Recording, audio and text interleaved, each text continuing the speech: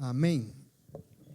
Vamos ler hoje o capítulo 6, segunda carta de Coríntios, segunda carta do apóstolo Paulo à igreja de Coríntios, capítulo 6, e nós iniciamos, é um capítulo bem rico, assim, de um assunto não tão fácil, mas a Bíblia não tem nada de fácil, né? Capítulo 6, nós iniciamos lendo os versos 1 e 2, segunda de Coríntios 6, versos 1 e 2, da parte do Senhor, amém? Encontraram aí? Diz assim: como cooperadores de Deus, insistimos com vocês para não receberem em vão a graça de Deus. Pois ele diz: eu o ouvi no tempo favorável e o socorri no dia da salvação. Digo-lhes que agora é o tempo favorável, agora é o dia da salvação. Amém? Glória a Deus. Senta no teu lugar.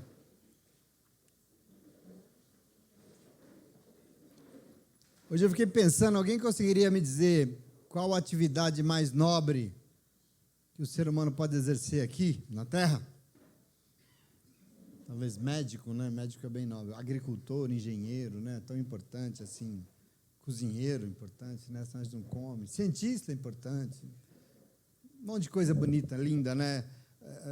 Importante, mas a pergunta que eu queria fazer é o seguinte: e a tarefa de ser um cooperador de Deus, você acha que é importante? Vocês acham que é importante? Cooperar é colaborar para realizar um projeto. Cooperar é unir esforços para a resolução de um problema.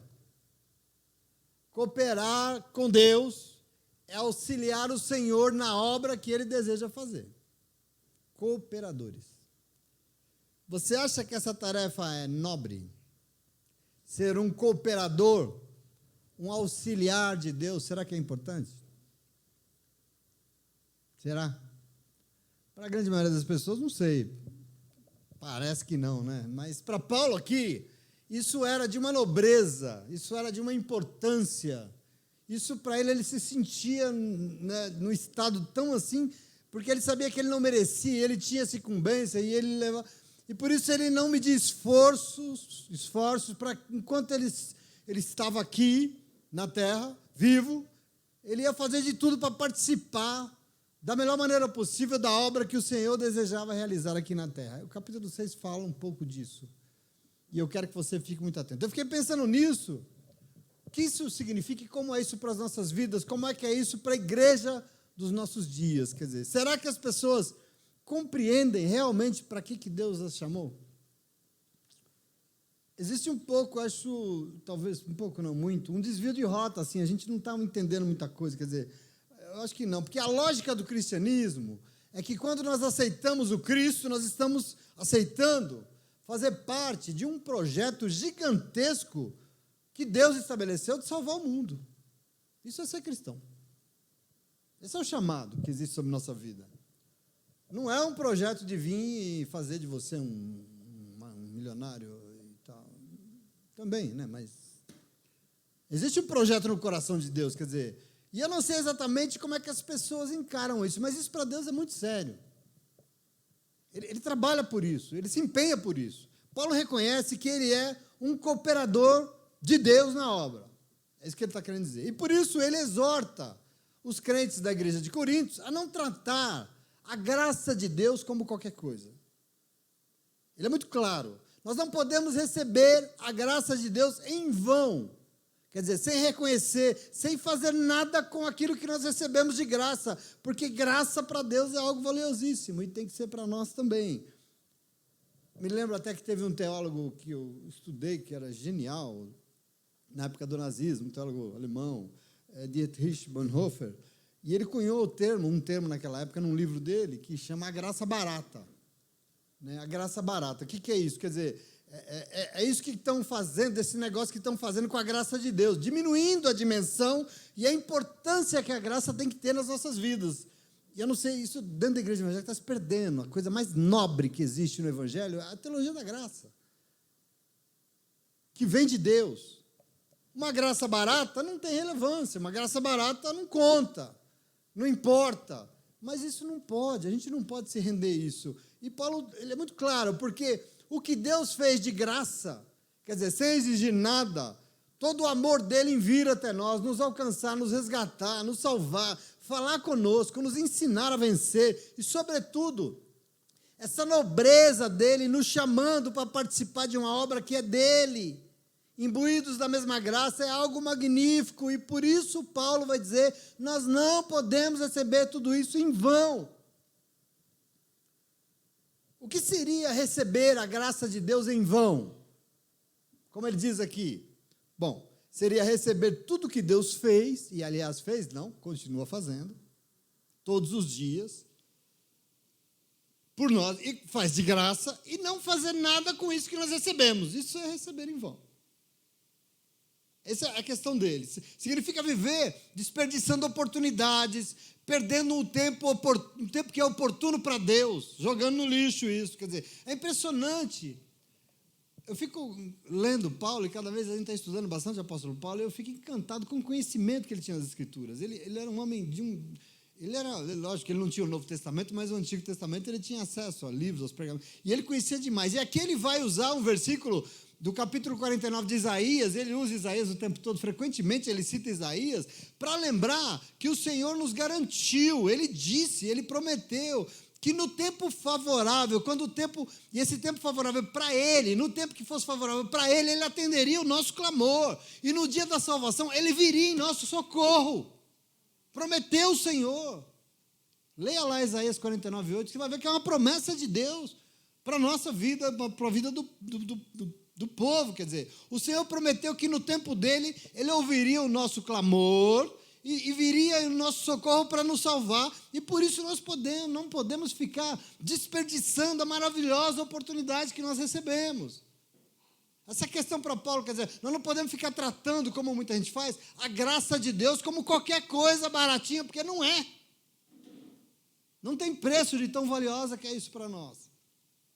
Quando que nós temos que começar a fazer alguma coisa, Paulo? Quando que é o tempo favorável para Deus? Qual que é o dia, quando é o dia da nossa salvação? Agora é o momento inteiramente favorável para o Senhor. Hoje é o dia da salvação do Senhor para as nossas vidas. Hoje. É isso que Paulo está alertando a igreja. Eu não sei se você recebe isso. Você recebe? É muito importante. Nós temos que estar em constante, queridos, vigilância. Jesus falou isso o tempo todo. Vigilância, porque os dias são maus. Entretanto, sobre nós existem promessas de Deus. E nós não podemos tratar isso de qualquer jeito. Quer dizer, promessas que para ele são muito sérias. E aí, por isso, eu e você, queridos e queridas, nós temos que ter nessas reiteradas oportunidades. O Senhor tem vindo em nosso socorro, sim ou não? Eu conheço vocês, eu sei que o Senhor tem vindo. Eu sei que nos momentos de maior aflição o Senhor não deixou. Ele tem vindo, Ele tem ouvido o nosso clamor, eu tenho certeza disso. E não à toa, eu tenho certeza disso. O Senhor reitera as oportunidades em nossas vidas todas as semanas. Ele se preocupa em nos alcançar, em falar, em ensinar. Ele se preocupa em ajudar a calar a boca de demônios na nossa vida. Mas nós temos que ter a consciência de Paulo aqui. Isso é muito importante, porque nós não podemos ficar jogando fora esse tempo de oportunidades. Isso é muito sério.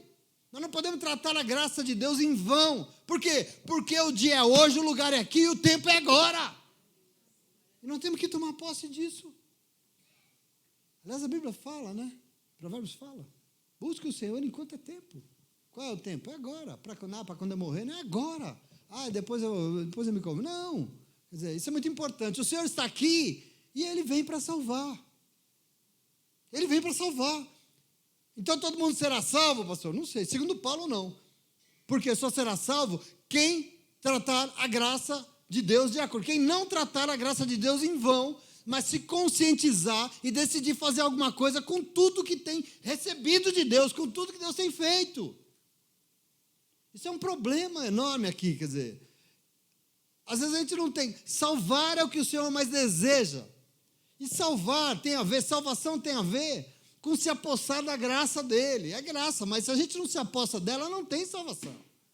Não adianta sentar e falar, eu estou salvo porque é graça, Deus me deu, não fazer nada.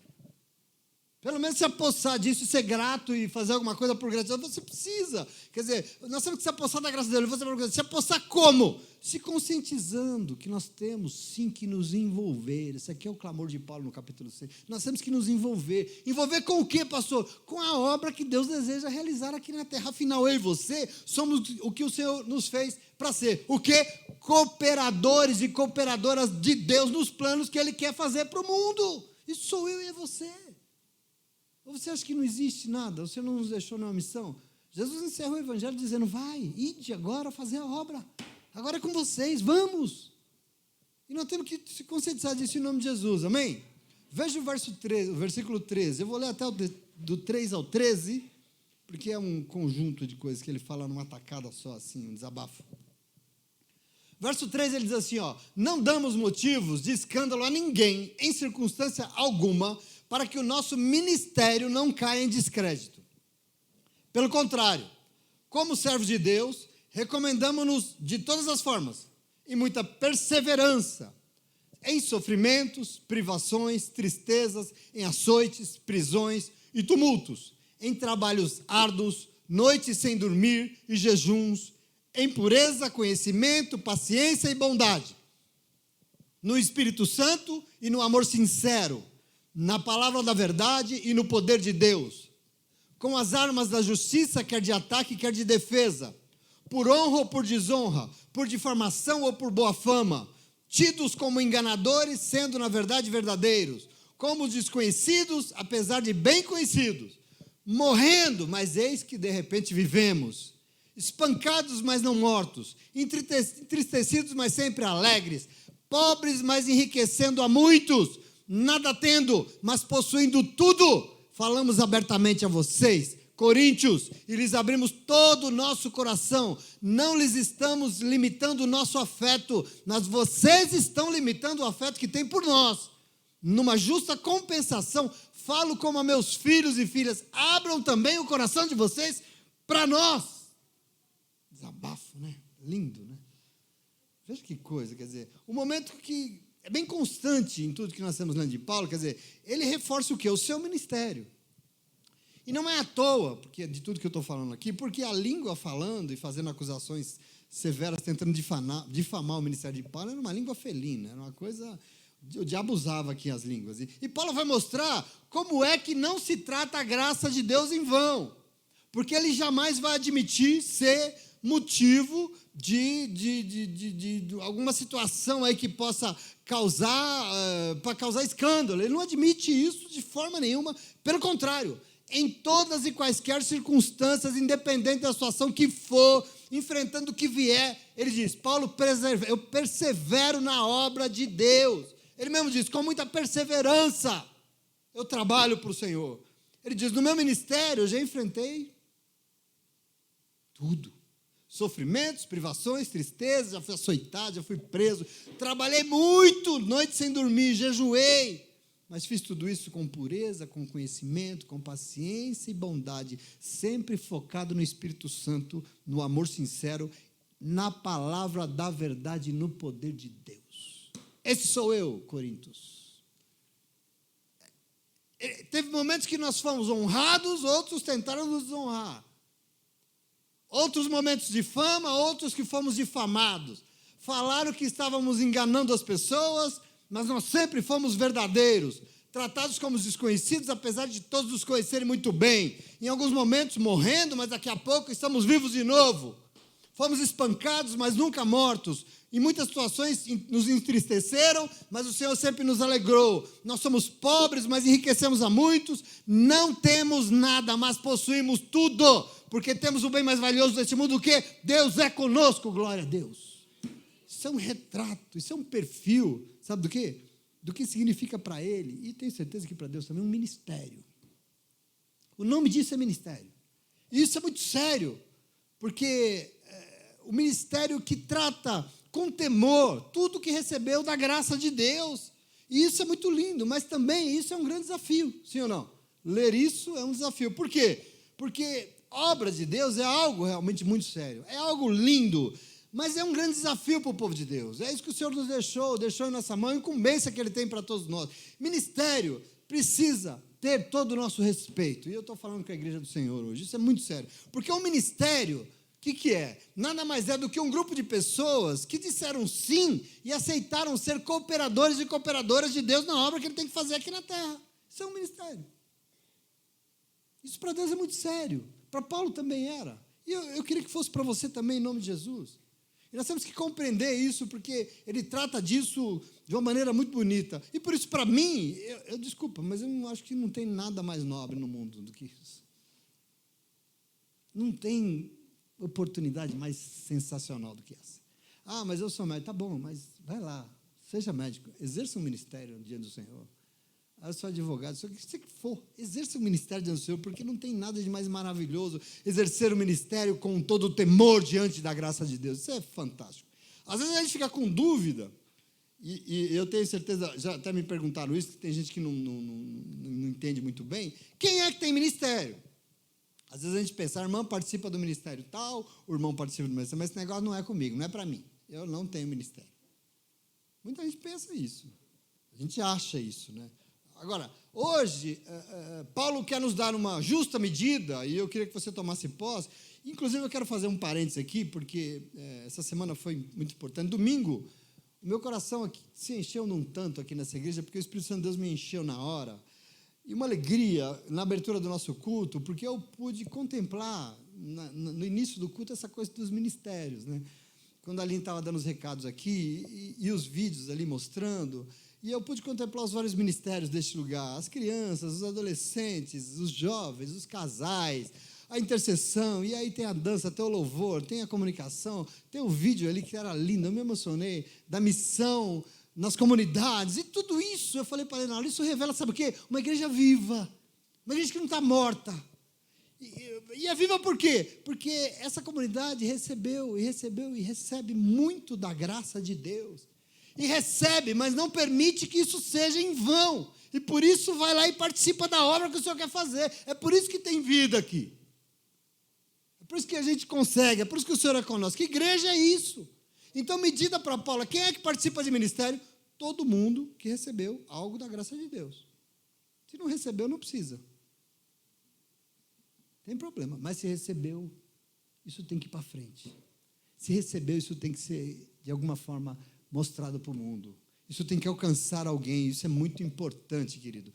Todos e todas que receberam algo da parte do Senhor, sem merecer, e por isso nós temos que entender, ministério não é favor, não estamos fazendo favor para ninguém, nem para Deus, porque Ele não precisa. Ministério, a gente não cobra por estar no ministério, não. Ministério é pura gratidão de quem reconhece que não merece nada, mas mesmo assim Deus veio e amou. Ministério é trabalho de um povo constrangido, porque se sente muito amado pelo Senhor, pela graça de Deus, e por isso eu sou tão constrangido que eu tenho que ir lá fazer alguma coisa. Isso é ministério. Isso é maravilhoso. Nós não podemos abrir mão disso. E Paulo, sabendo que a graça de Deus era sobre a igreja de Corinto, que ele sabia, e ao invés dos irmãos ficarem felizes pelo ministério dele, ajudá-lo, envolver, quer dizer, teve alguns que ainda falaram mal. E por isso Paulo praticamente suplica, eu falo abertamente a vocês, Coríntios, abro minha boca e também o meu coração, todo o meu coração, jamais limitei o afeto que eu tenho por vocês. Em mim vocês jamais estarão tristes, mas vocês estão limitando o afeto que tem por mim, ou seja, vocês estão me entristecendo. É isso que ele está dizendo aqui. Paguem com a mesma moeda. Eu falo como a filhos e filhas. Abram também o seu coração para mim. Né? Um momento de súplica, desabafo dele, chamando a igreja para tratar ele na mesma medida, como ele trata os irmãos e as irmãs. Chamando a igreja para se converter, sobretudo chamando a igreja para ser a diferença nesse mundo, sendo também cooperadores e cooperadoras de Deus. É isso que ele está falando. E isso aqui, eu queria dizer para vocês, é uma decisão que a gente tem que tomar. A gente quem? Todo mundo que recebeu algo da graça de Deus. Nós temos que tomar essa decisão. Todos nós que passávamos por perrengues neste mundo e recebemos a ajuda da graça de Deus. E nós não podemos tratar isso como uma coisa barata, não dá. Fazer de qualquer jeito, estou no ministério, mas é tudo tão, desculpa a palavra, tão nas coisas, como assim? Será que Deus fez assim por você? Por isso é absolutamente necessário a gente escolher o que nós queremos diante da graça de Deus. E por isso, por essa razão, versículo 14 e 15, olha o que ele diz. Leia comigo. Ele vai dizer assim, escolham, não se ponham em julgo desigual com os descrentes, pois o que tem em comum a justiça e a maldade? Ou que comunhão pode ter a luz e as trevas? Que harmonia há entre Cristo e Belial? O que há de comum entre um crente e um descrente? Quer dizer, não se ponham em julgo desigual, para a gente entender isso definitivamente. Julgo, o que é julgo? Você sabe o que é julgo? A Bíblia usa esse mesmo termo. Julgo é aquele negócio que você põe no pescoço do animal, do boi. Na roça era o boi, né?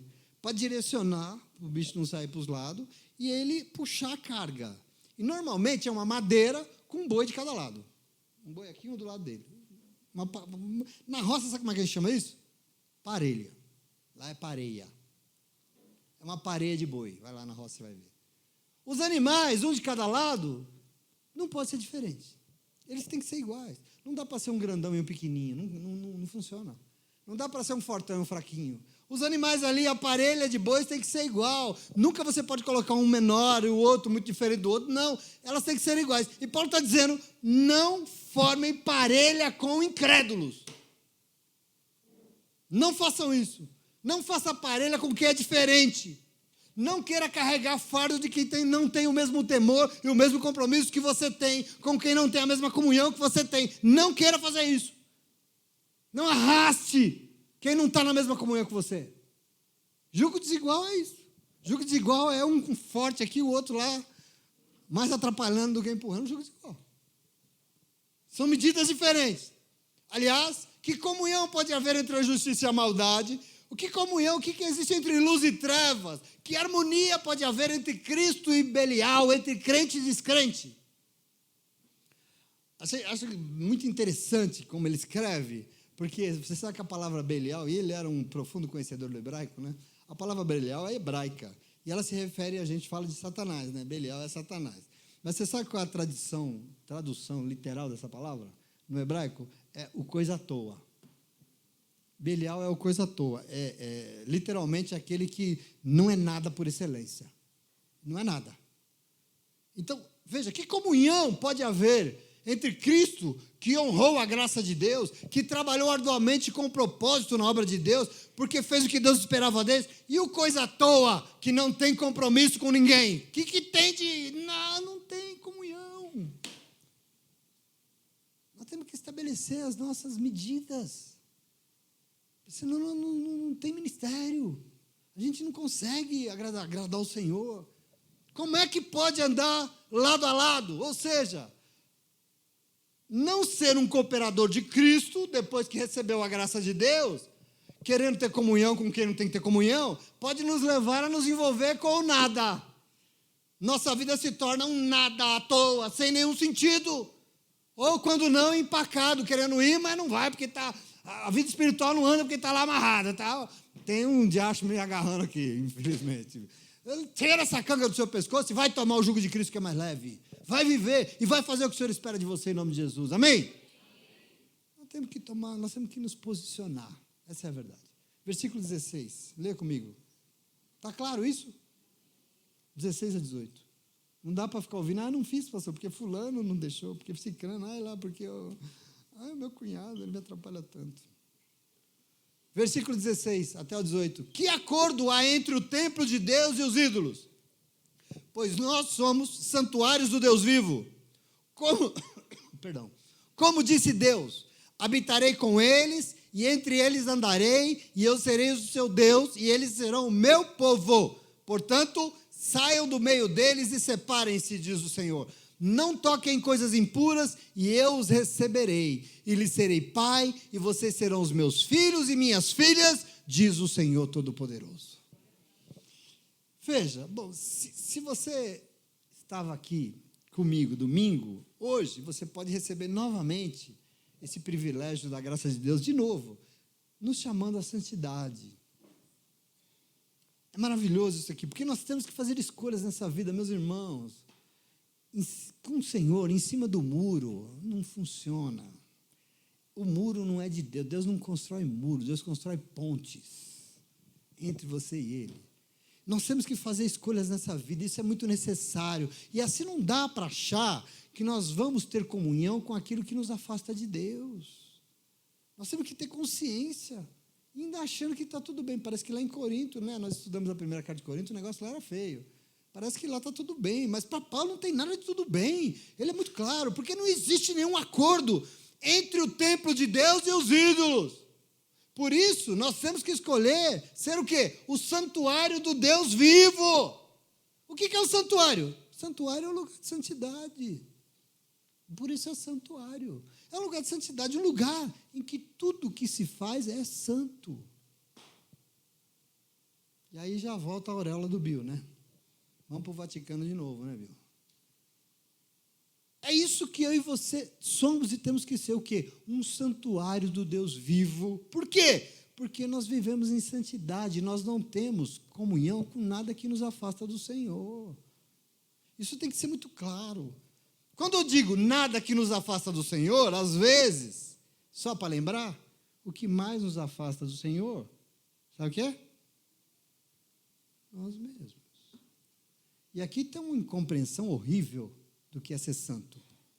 E a gente não assume isso, porque é diferente do conceito de santidade que rola por aí, porque as pessoas pensam que ser santo é separar das outras pessoas que não são da mesma denominação que ela. Porque o meu pastor falou para eu não ir lá não, porque senão eu vou para o inferno. Pensa que é se separar das pessoas que são da outra igreja, que não é na mesma igreja dela. Por isso se acham melhores do que as outras que não são como ela. Mas santidade não é nada disso. E a gente tem que construir isso. Santidade não é separar das pessoas ou do mundo e viver lá isolado numa montanha, num monastério. Não. É tirar do teu coração tudo que te afasta daquilo que Deus te fez para ser. Isso é santidade. Não importa o que seja. Se forem as pessoas, que seja, gente. Se eu for, o que eu vou fazer? Se forem as coisas, serão dessas coisas. Mas se sou eu mesmo, se de repente são os meus hábitos, os meus traumas, os meus vícios, as minhas convicções que me afastam do meu Deus, bom, eu preciso renunciar e me separar desses meus desejos indevidos, das minhas convicções, porque não foi isso que Deus fez e não é isso que Ele espera de mim, em nome de Jesus, amém? Santidade.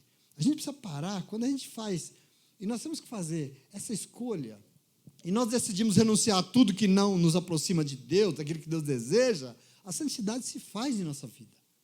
Eu não posso agir desse jeito mais, eu não posso ser esse ser humano mais, porque Deus não fez isso, Ele não espera isso de mim. E quando você fala não para isso que eu sou, você se torna santo. Nós nos tornamos o quê? Santuários do Deus vivo. Nós somos aquilo que Deus nos fez. É assim, pode ser cumpridas as promessas do Senhor. Que promessas? Assim eu habitaria com vocês, assim Ele andaria pelos mesmos lugares que nós andamos, assim Ele seria o nosso Deus e nós seríamos o seu povo. E glória a Deus por isso. Ou você acha que Deus habita em qualquer lugar? Deus está em qualquer canto. Ele não habita em qualquer lugar. Deus não age em qualquer vida. Deus não caminha por qualquer caminho. Ele não recebe adoração de qualquer templo. Não se engane, o Senhor não é qualquer Deus. E por isso, se nós escolhemos ser templos e moradas santas, que é o que Ele nos chama para ser, nós seremos as suas habitações e Ele será o nosso Deus e nós seremos o povo dEle. Entende como isso é importante? É bonito demais, não é? Às vezes a gente tem uma coisa toda de aparência para os outros. Querido, Ele quer habitar aí dentro. A santidade tem que estar aí dentro de nós, não tem que estar na nossa roupa, não. A roupa é outra coisa, no nosso cabelo, é dentro de nós. Nós somos templo e morada. Ele mora onde? Ele mora no meu bolso, na minha gibeira? Ele mora na calça quando eu tiro ele não está mais? Ele mora aqui dentro de mim. E a santidade tem que estar aqui. Agora, para isso, nós temos que escolher. E aí o texto é claro, portanto, saia do meio deles e separe-se, diz o Senhor, não toquem coisas impuras, e eu os receberei, e eu serei o seu pai, e vocês serão meus filhos e minhas filhas, diz o Senhor Todo-Poderoso. Queridos, não se trata de ser um povo metido a besta, que se acha melhor do que os outros, porque nós não somos melhores do que ninguém, nós somos pecadores tanto quanto. Nós somos pó da terra tanto quanto todos os que estão lá no boteco agora tomando cachaça. Você não é melhor, desculpa, você não é. Mas tem uma coisa que eu queria dizer para você. Nós somos e temos que ser, sim, diferentes. Diferentes. Diferente não significa arrogante. Apenas significa que não aceita ser como todo mundo é. Só isso. Por quê? Porque eu sou diferente. Mas todo mundo faz, mas eu não faço. Mas todo mundo gosta, mas eu não gosto. Por quê? Porque eu sou diferente. Você é chato, né? Sou. E daí? Por quê? Porque você se acha melhor? Não, diferente. E você não aceita ser o que todo mundo é? Porque não é isso que Deus espera de nós. É por isso que a gente não aceita. Só por isso.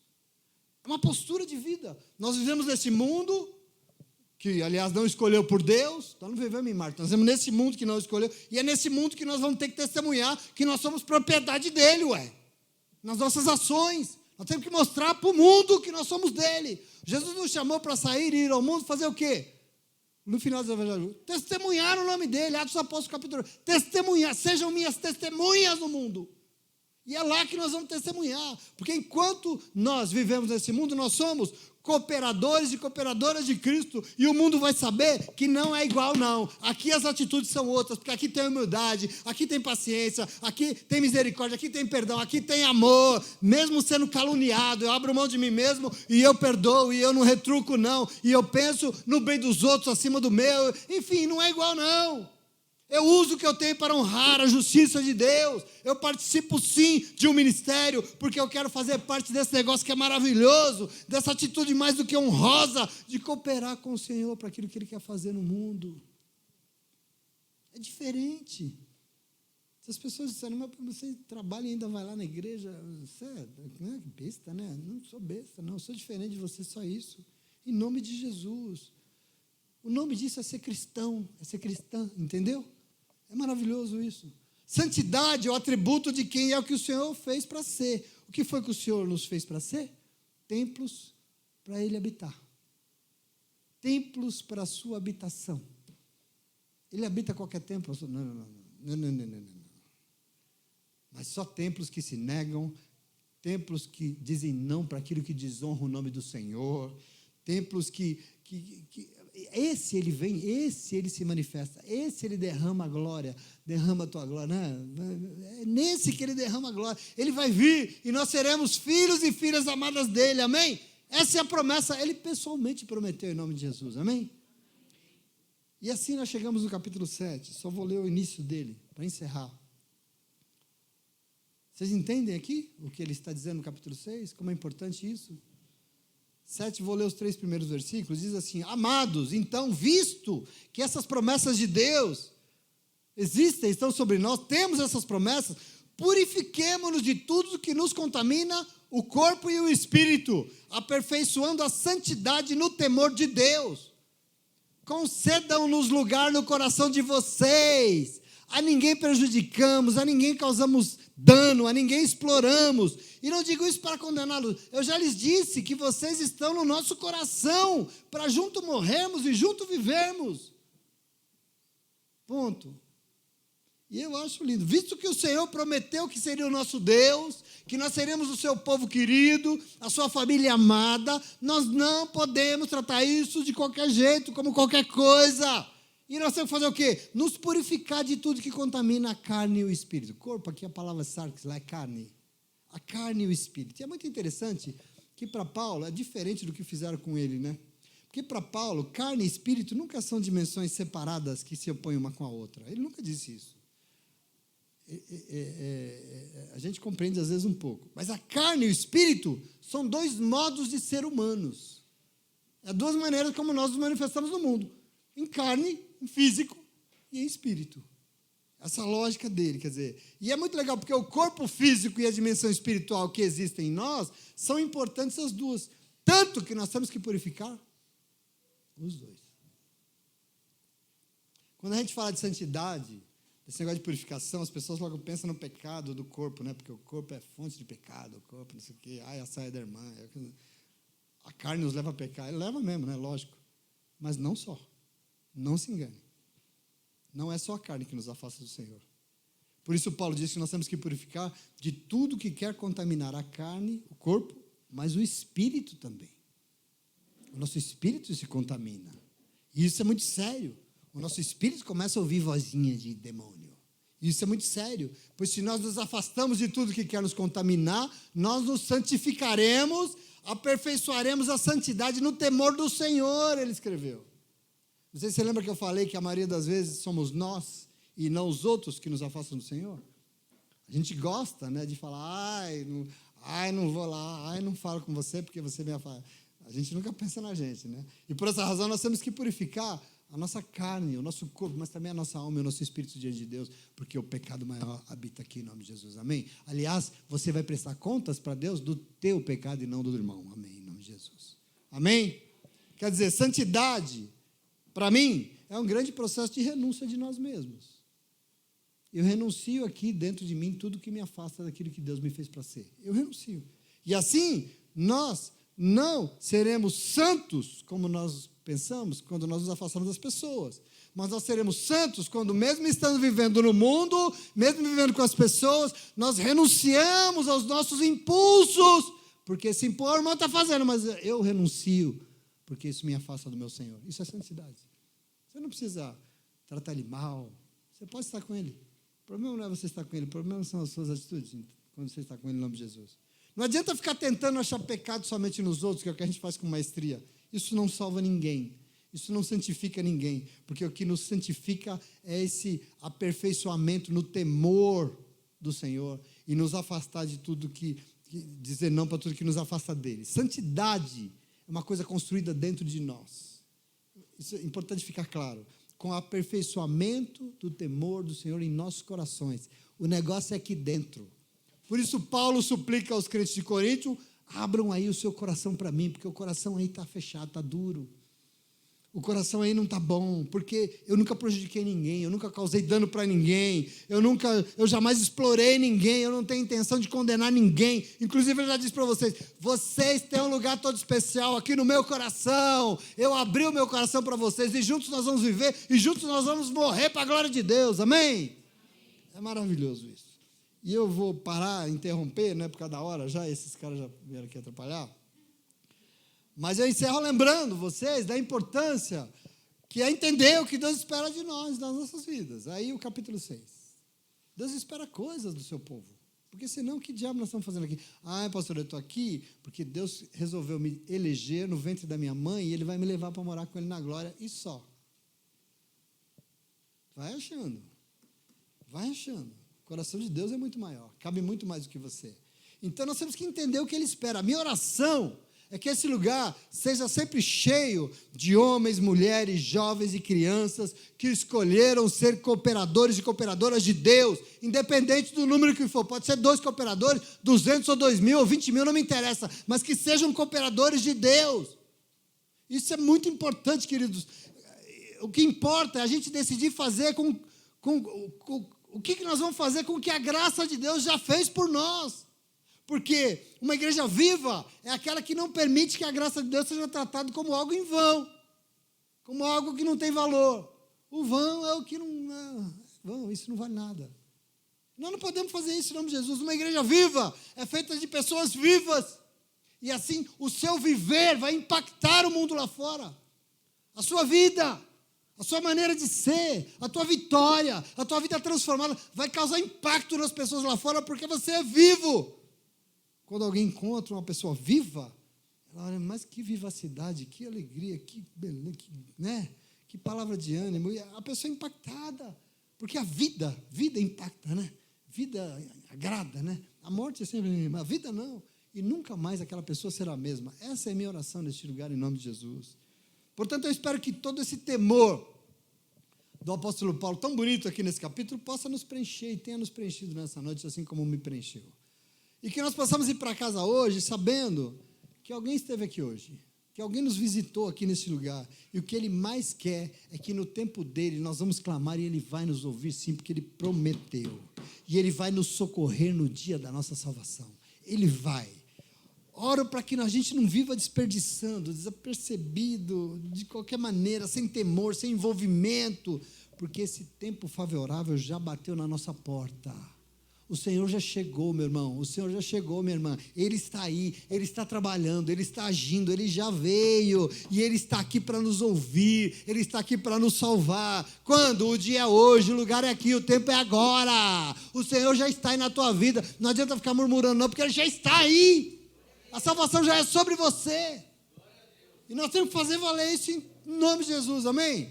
Então todo o meu clamor é que nós possamos entender que Ele tem vindo neste lugar, e graças a Deus, e existem promessas sobre as nossas vidas, sobre a tua vida, sobre a minha vida. E foi Ele que prometeu, não fui eu não, tá? Não foi o irmão, foi Ele que prometeu, não foi ninguém. E Ele diz o quê? Eu habitarei com vocês, e entre vocês eu vou andar, e eu serei o Deus de vocês, e vocês serão o meu povo. Ele prometeu. E nós temos que levar isso a sério. Por isso, e para isso, lógico, não serve ser de qualquer maneira. Não dá para ser sem temor, sem santidade, sem decidir, sem escolher, sem tomar um partido na vida. O que nós queremos diante da graça de Deus? Mas se nós escolhermos por Ele, você pode saber com certeza, porque é promessa que Ele vai te receber. E Ele vai ser o teu pai, e você vai ser um filho querido, você vai ser uma filha amada. Se você decidir por Ele, e decidir por Ele não é falar assim, eu aceito, não é de boca não, é ir lá viver aquilo que o Senhor espera de você. O Senhor vai receber o que sair da tua boca, o Senhor vai receber as tuas, e você será um filho e uma filha amada, porque Ele será o teu pai em nome de Jesus. Amém? Você quer? Você quer? Então aplauda, glória a Deus. Fica de pé.